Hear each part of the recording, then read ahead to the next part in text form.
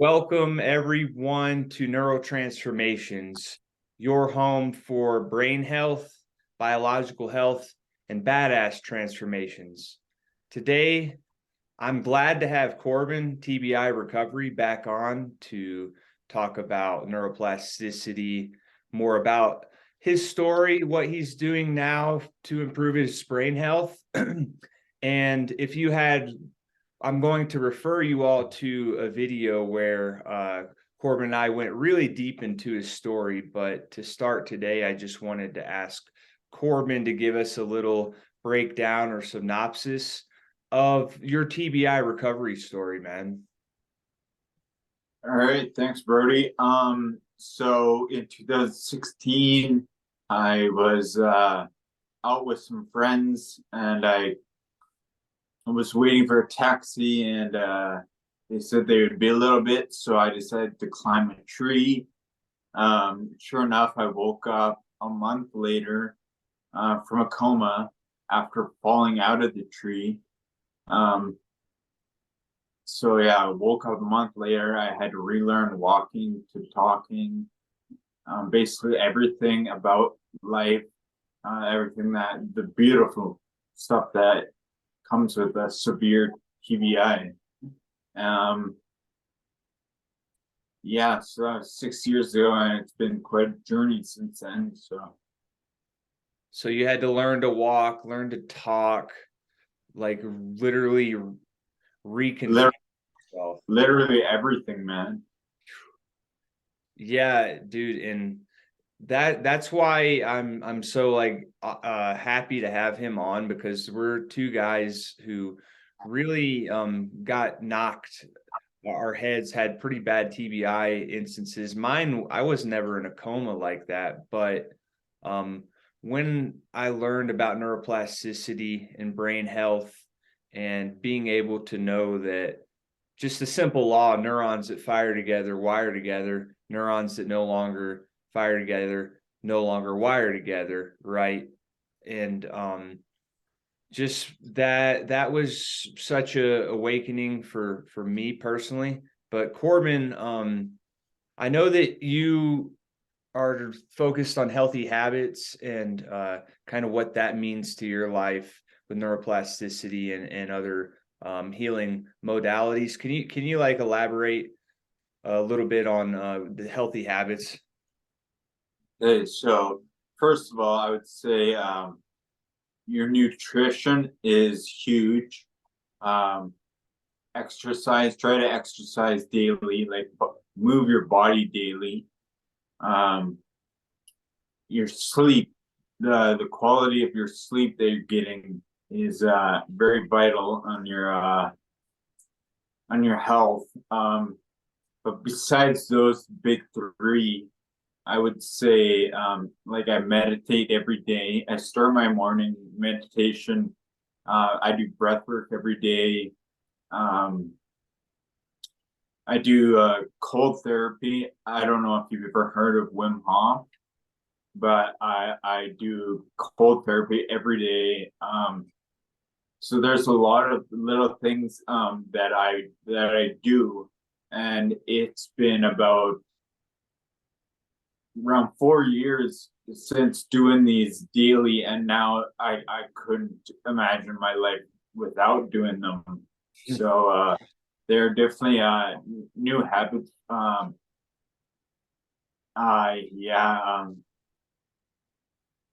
I don't know what I was going with that, but Yeah, yeah.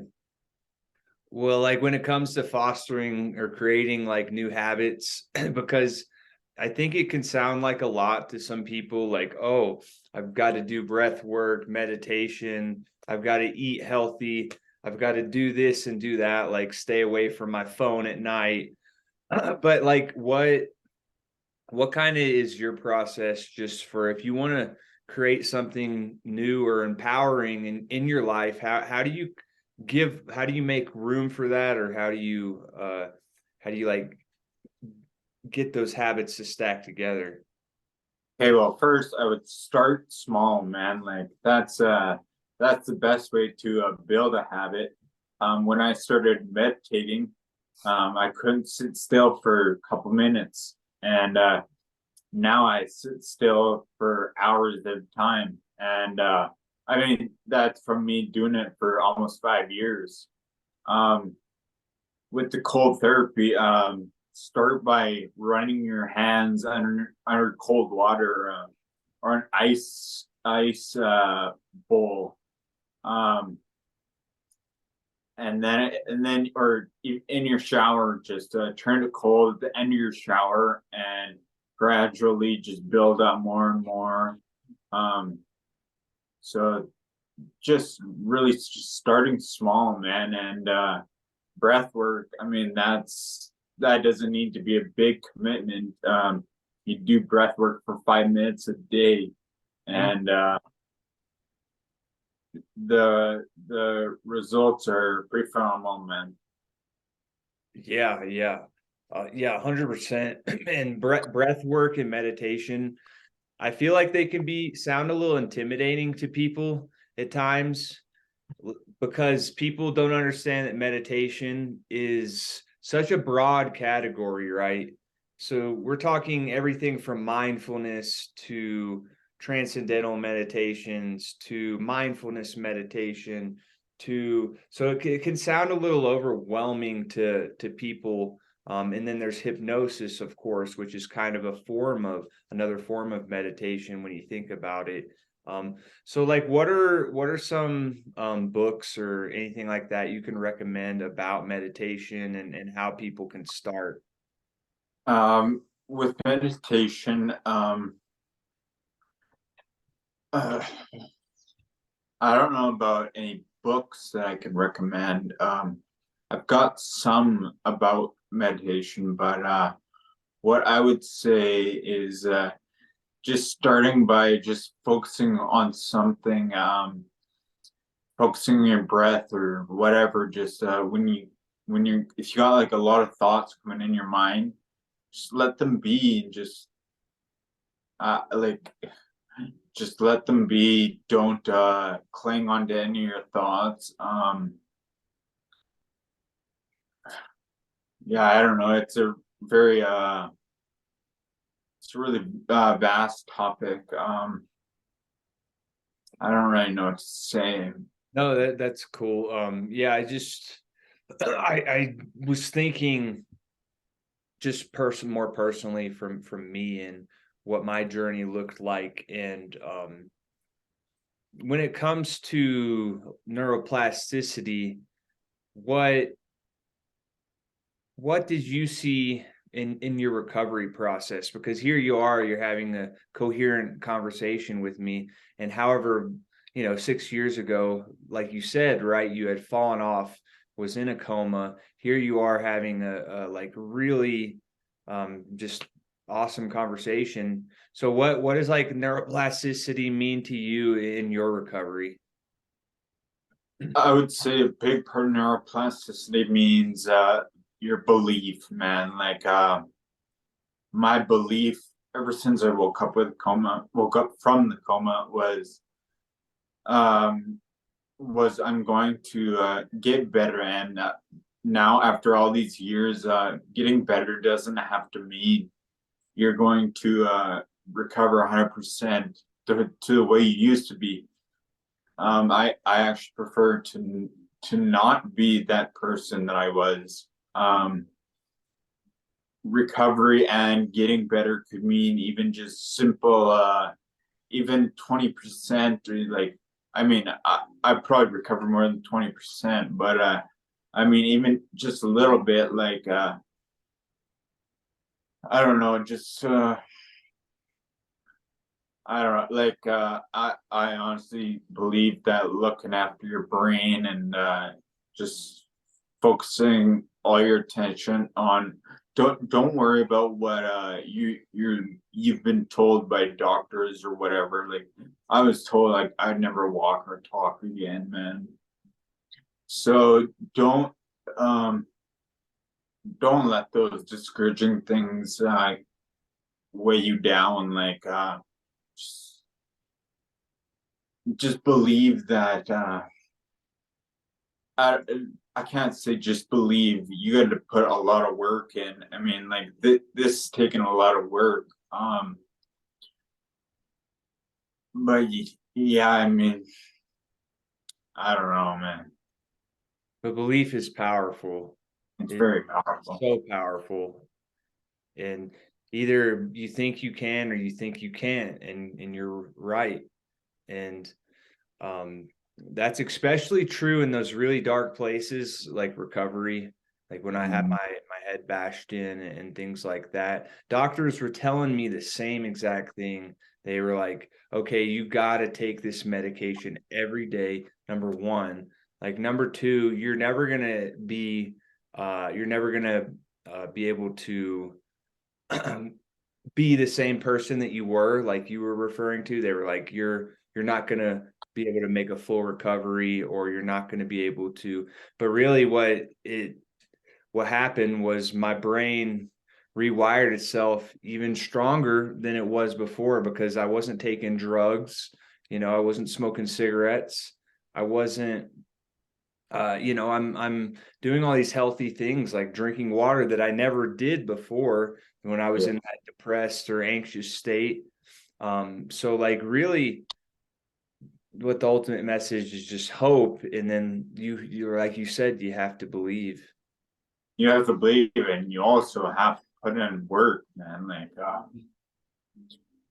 it takes a lot of work, man, but also you work with the belief. Like, it's just, I don't know, it's magical.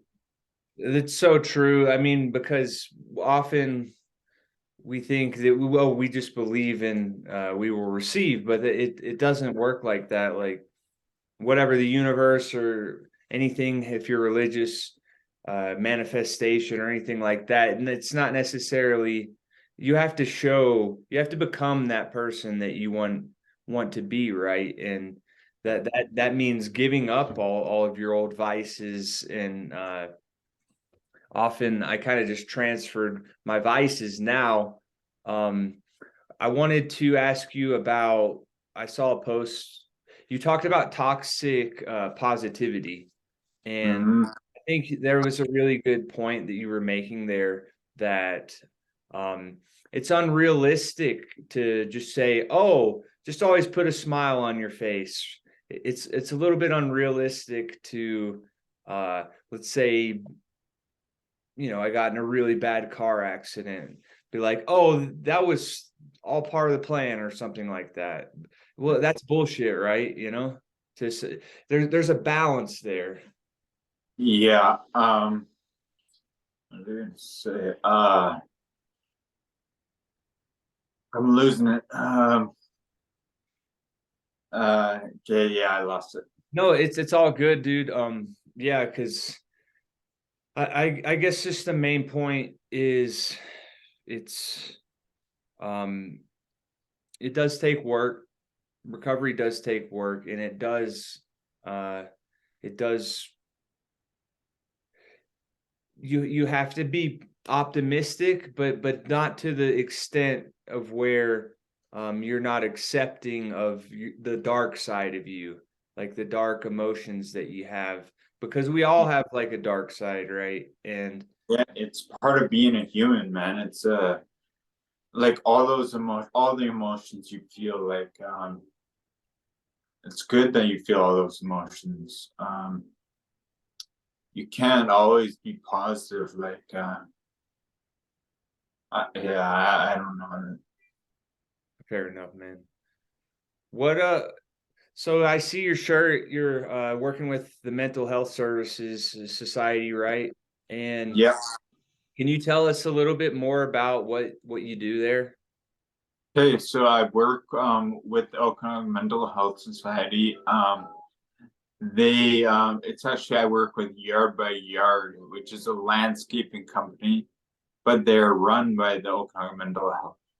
And so I started with them around 4 years ago, trying to rehab myself, therapeutic work, to get back to my job at a lumber mill that I used to have. Mhm. Um, but yeah, no, I've I have ended up loving this. I love working outdoors, or nature, as I call it. Um, so yeah, I've been here for a few years, and they they've just been awesome at like looking after my whole, like, I mean, their mental health, right? So I Yeah, mean, yeah, the way I look at, like, say I brain injury up top, and then it's web down to like mental health, like depression, anxiety, all that kind of stuff. Like, so yeah, they've been very good with caring for all of my needs and whatnot, and I, I, yeah, I don't know, I love it. I've there's some people that I work with, that, I mean, they make it a little bit harder than it should be sometimes, but I'm pretty good at just calming myself down, not reacting to negative stuff, and just removing myself for whatever needs to happen. yeah, Take a breath, and like, I'm very conscious about my breath, and basically I'm just conscious about life. Like, yeah. That's it's it's very important, I feel, to be conscious and be aware of everything in life, and just being aware of everything and everyone around you, to and just be the kindest person you can be. You never know what people are going through. Um,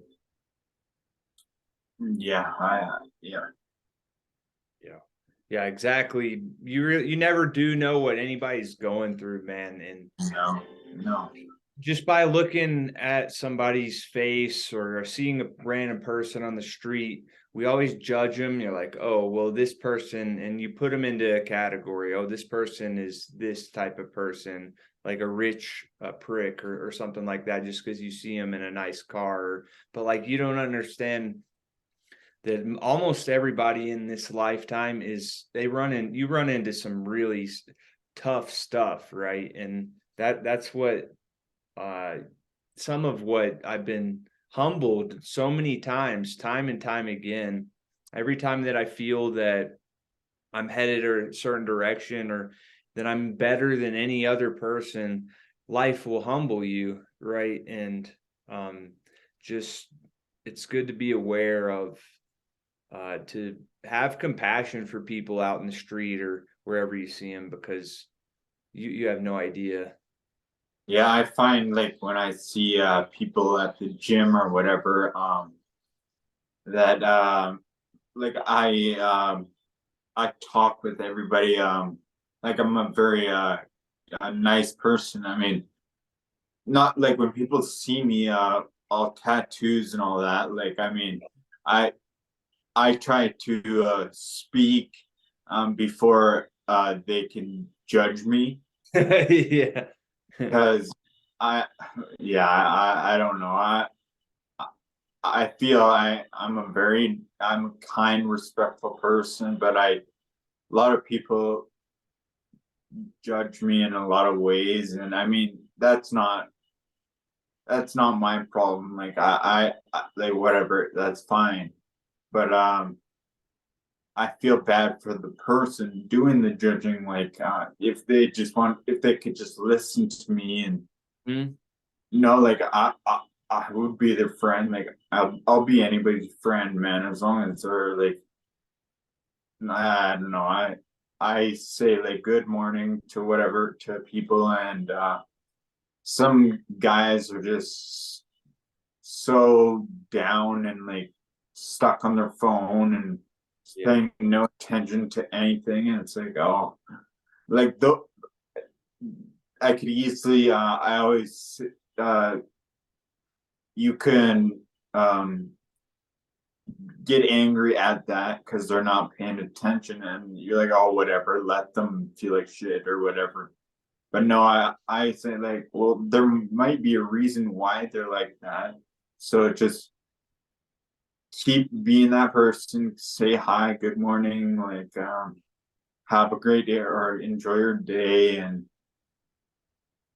yeah, I mean, just you don't know what people are going through. And like before my injury, I would be that person, especially at the gym, like judging, oh, look at that guy, look at that guy, look at that guy.